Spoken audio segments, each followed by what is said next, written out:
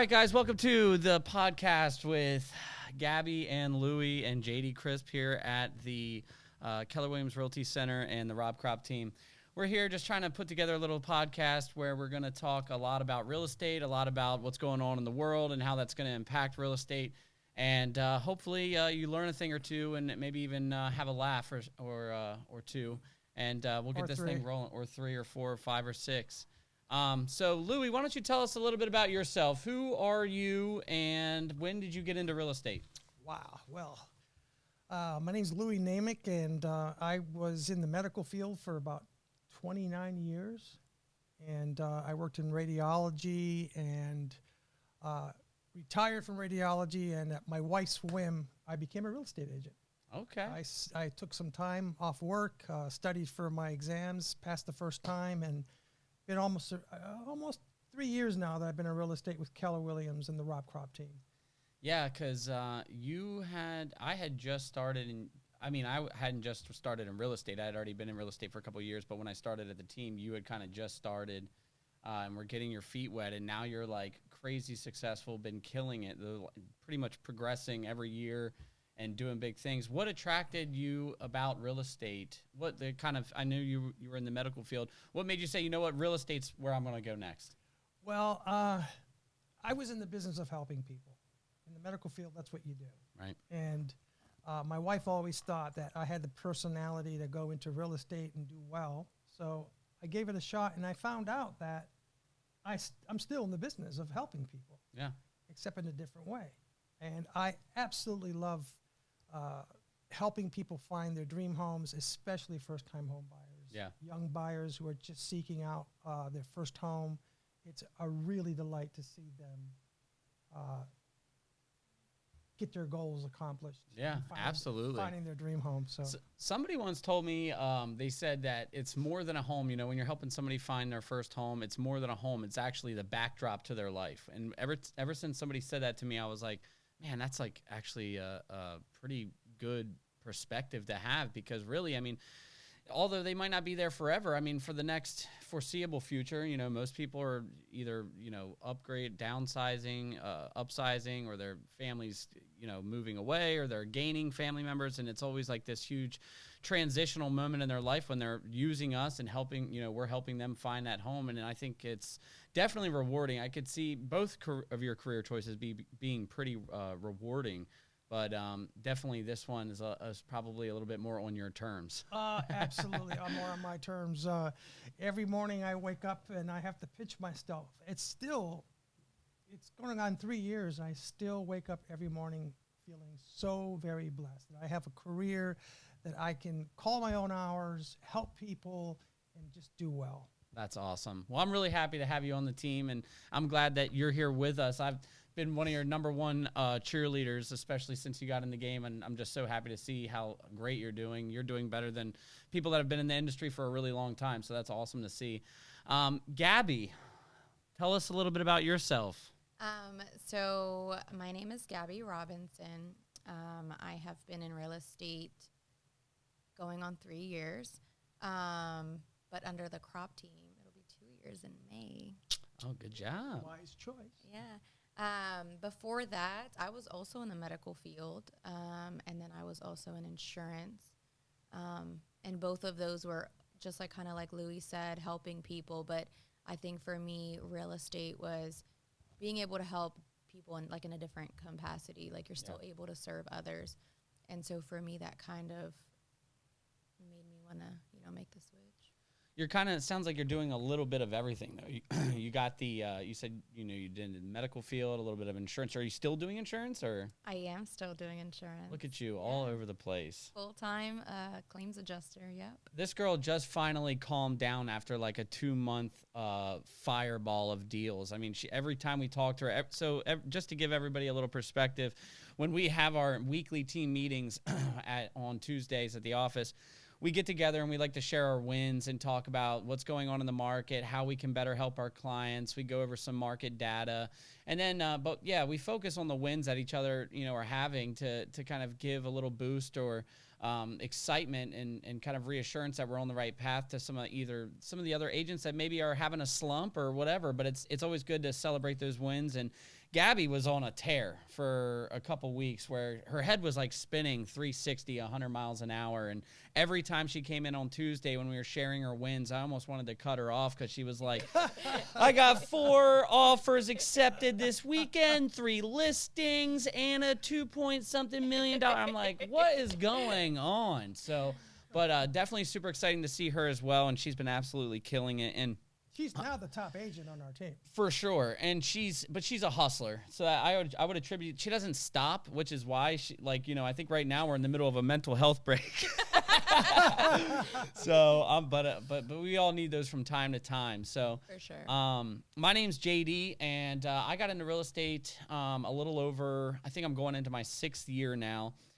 Prior to that, I had been in all kinds of different customer service related businesses. I was actually a bartender for many years where I'm from, and got to establish a lot of relationships with that have actually, you know, gone into pretty much every other career path that I've taken, because after I was done bartending, I got into sales. I was actually a car salesman. And got into that, did that for, I think, 4 years. And then it was just time, you know, as I was selling cars, everybody kept saying, you know, this is the second largest purchase that you're going to make. And I was just wondering, why am I selling the second largest purchase? Why am I not selling the first largest purchase? Yeah. So I decided to take the leap of faith and got into it. And, you know, I don't have any regrets. The only regret I have is probably not getting into it a little bit sooner, because it is rewarding and it's fun. And every day is different, and that's the big thing for me. That's why I love real estate, is because I just, you know, not that there's anything against clocking in or anything, but my personality is kind of all over the place, so I need to be able to just wake up and, you know, have a different day every day. So, but we appreciate you coming and sharing some time with us, and hopefully we can get some things out of this. So what are you seeing in the market? What am I seeing in the market today? Yeah, what are you What seeing? kind of What are you market seeing is with it your today? client? Yeah, what kind of market are we dealing with right now in December? I think people right now are kind of slowing down, looking for homes because of the holidays. Right. It doesn't mean that we don't have people out there looking. Yeah. But there are people that are holding off until after the new year.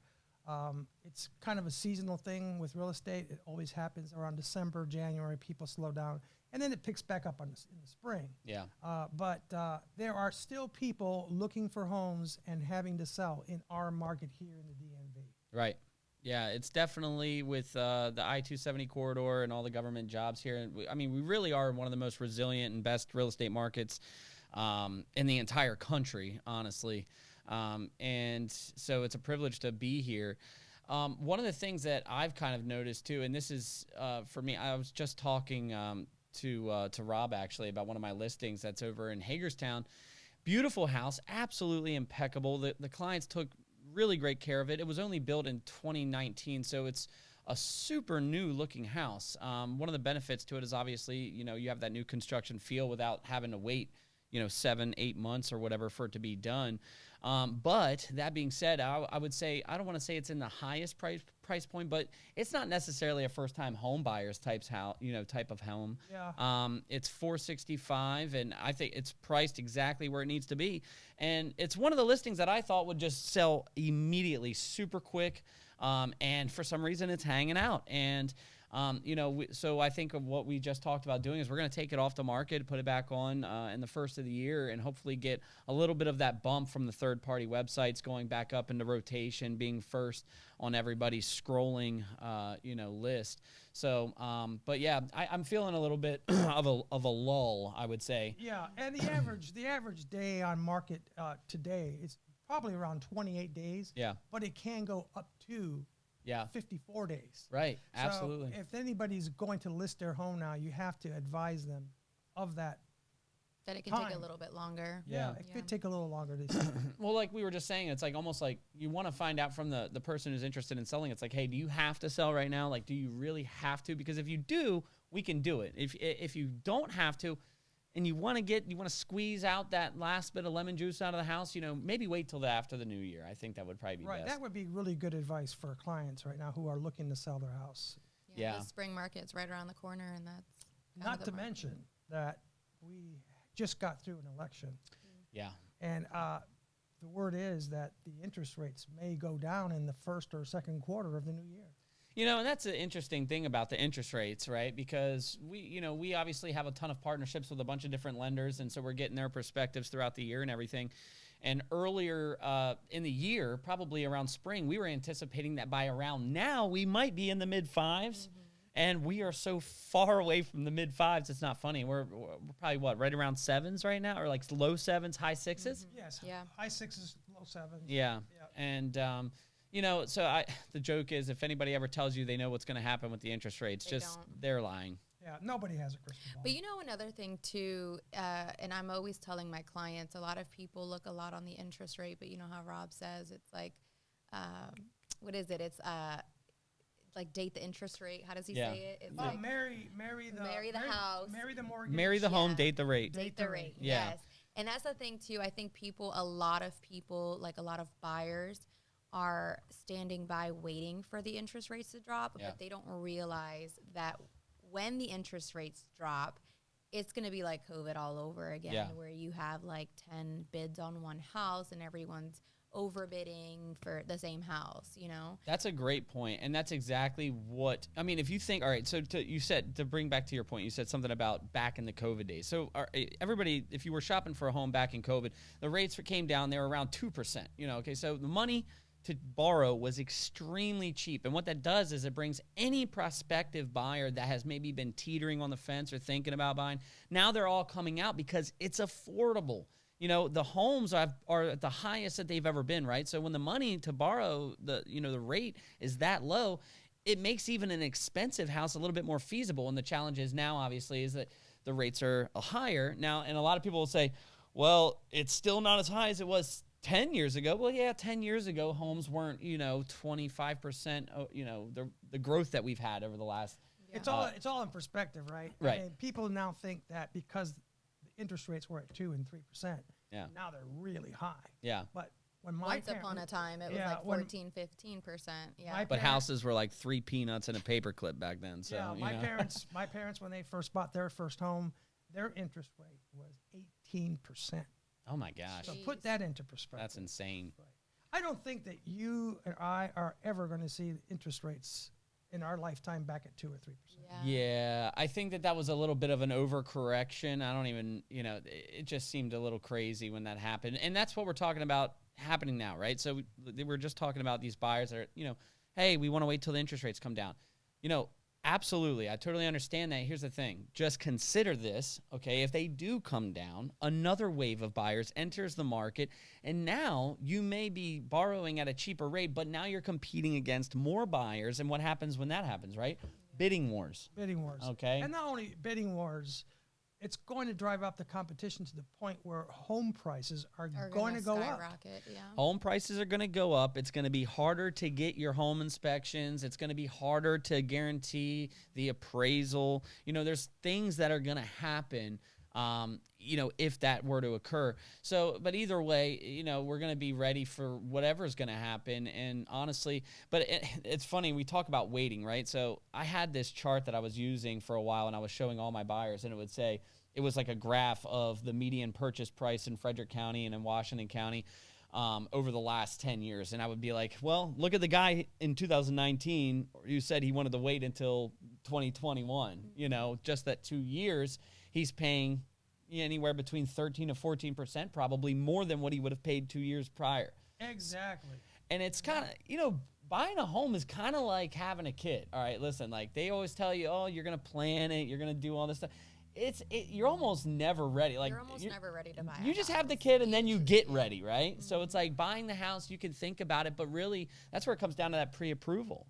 Getting that pre-approval and knowing what you're capable of doing is a massive thing. It's like, oh, okay, I used to think I had to be a renter. Now I realize that I could be building equity and putting money in my own pocket over the long term versus paying somebody else's mortgage. Right. Most people don't understand that if you buy now when the interest rates are a little high versus waiting means the difference between your mortgage payment. Right.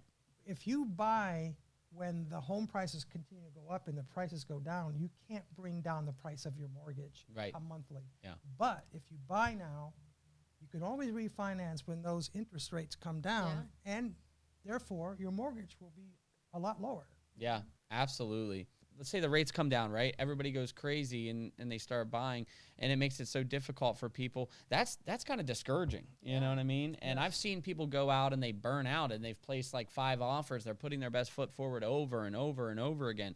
It's like, maybe just go look at the homes now when it's a little higher, right? You get a little bit better of a deal because there's less competition. And then you suck it up for the next 6 months and you just wait for the rates to come back down, or however long it takes. It may take, I do think that within 2025 they come down. Absolutely. You'll be in a way better position. But I don't think, full disclosure, I don't think we're going to ever see a 2% interest rate. So let's go ahead and get that out. Not in my lifetime anyway. No shot. I've had people say like, oh, well, what if we go into World War III? Do you think the interest rates are going to go down then? I think if we go into World War III, the last thing I'm going to be thinking about is selling houses. I don't know about you. That's true. Yeah.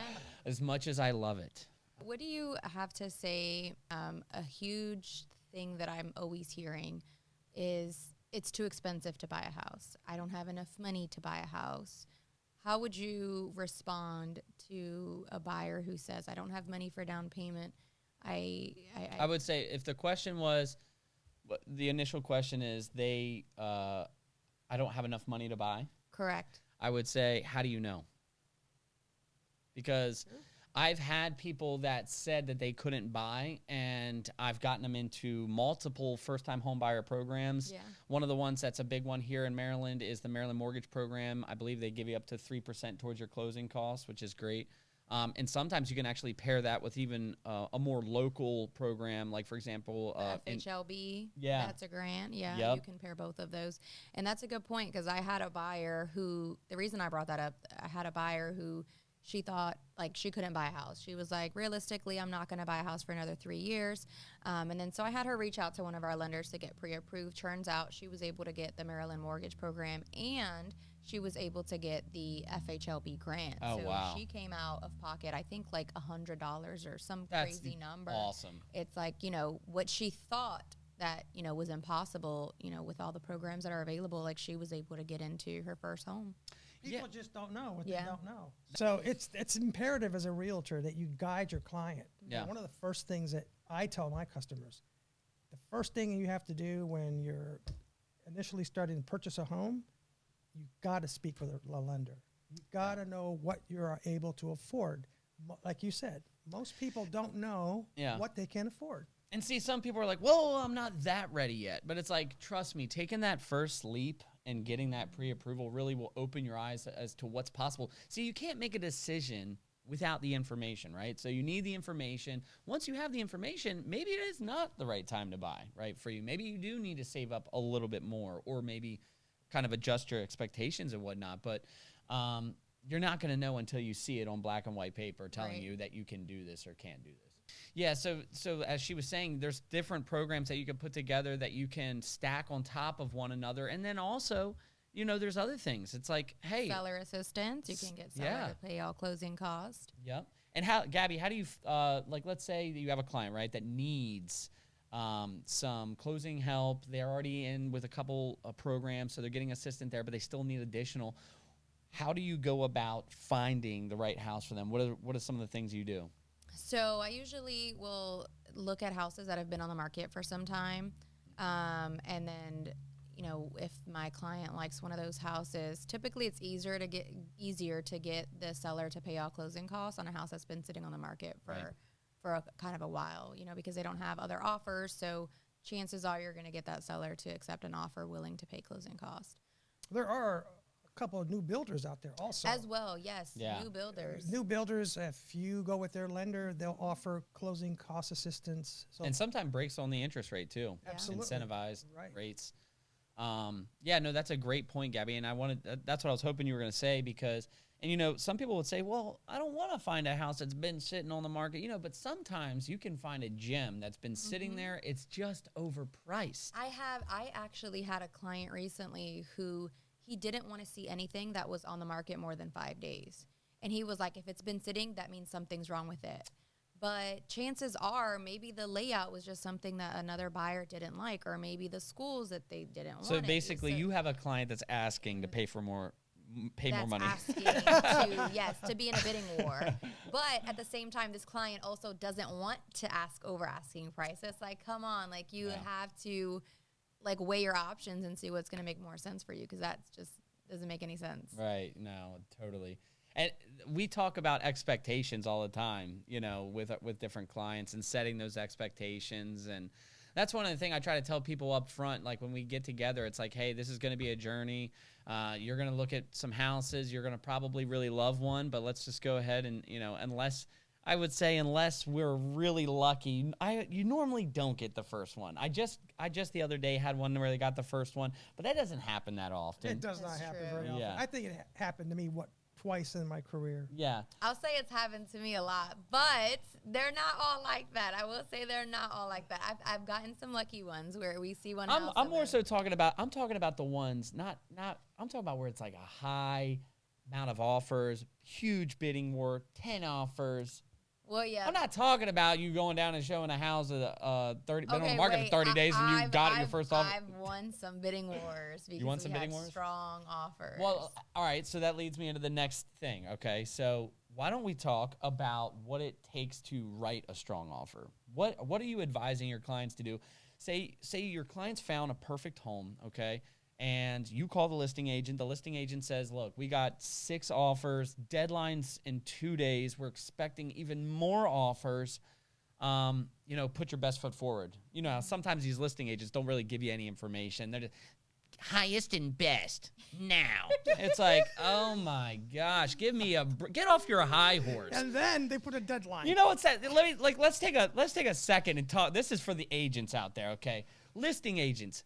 I'm a listing agent. We're all listing agents here. Get off your high horse, okay? You know, when we call you, and first off, we are calling, so pick up the phone. If you're not picking up Please, if you are a real estate agent and you do not answer your phone, Yep. I'm sorry, but it's time for you to pick another career. Like, you cannot be a real estate agent and not pick up the phone. I'm sorry. Now you're going to make me go I'm fired somewhere up. really Yeah. quick. Just because, you know, one thing I get asked a lot by customers, clients, other real estate agents, how are you so successful? I pick up the phone. Yeah.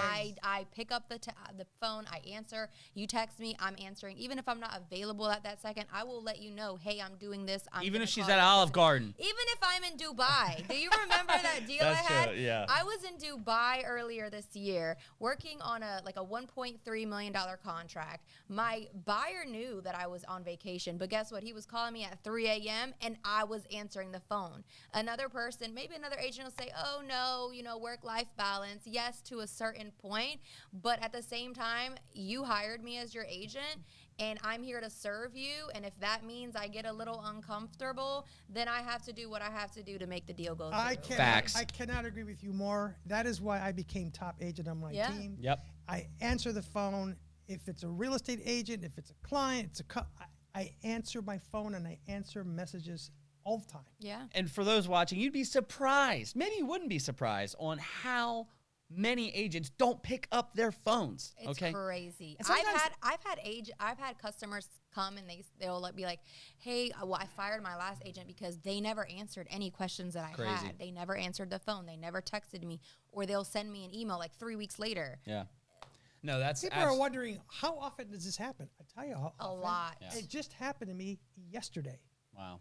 I had clients who saw a house, they wanted to go see it, and all of a sudden they went temporary off market. I called the listing agent several times. And he happens to be co-owner of the agency. Oh, wow. And no answer, no return messages. And all of a sudden I called the other agent. You're going to have to tell me after this who that was, because Yeah. it sounds like somebody I know. I want to know too. But yeah, so that's crazy. Oh yeah, so I feel like I was going a certain direction. Yeah. Where was I going? You You just got me fired up. Now I can't remember. You hit a nerve. Yeah. You hit a nerve. I know, I hit a nerve. I completely lost track. I know, there was some really It good. was really good Yeah, too. I know. Oh my gosh. So but yeah, it was we were talking about the realtors not picking up their phones. Oh, okay, I think we were talking about calling the agent, like you were calling the agent. Oh yeah, you said how to win an offer. How do we win an offer? Yep. Yes, Let's yes, hear yes. it. So okay, so for me, I will blow up the agent's phone because harass them, right? Because I want to know, like, what do we need to do to win an offer? Yeah. And a lot of people will say, like, the agents will be like, yeah, you know, highest and best. But me, as your agent, like, I'm trying to get it out of you. Yeah. Look, just tell me, what do I have to do? Okay, that's what you just brought me back. Okay, you brought me back. This is what I wanted to say. For all the listing agents out there not picking up your phone, right? You want to be your client's fiduciary. You want to be able to advise them, protect them, and most importantly, get them the most money for their assets, but you're not picking up the phone? Right. What are you doing? Also, when I call you and I say, hey, listen, I got this buyer. They are really strong. They're willing to do what it takes to buy this property. And you tell me a blanket statement like, highest and best. I'm going to be like, I can't do it, right? Because it's against the ethics. I want to call your seller and say, your guy's doing you a disservice. Because what does your seller want? They want more than highest and best. There's other things. There's other things we could be thinking about, being creative and sweetening the deal. Think outside the box for a second. Don't be a robot, okay? Because, absolutely. And now, that's not everybody. There are some really, really good listing agents out there that almost, when I see their name on a property, it's like, crap, they're going to milk my client. Yeah. But you know what? It's like, but hey, I give it to them because they're good. Right, they're good. Exactly. You know, you'll call them sometimes and they'll say, well, you know, they're moving into their next house. They're going to need a month of rent back. And actually, you know, I think that if you could blah, blah, you know, and they'll say whatever. And then it's like, okay, you just gave me a lot of insight. I could take this back to my buyer and we can strategize. But, and you're doing what's best for your seller to you know, maximize this opportunity for them.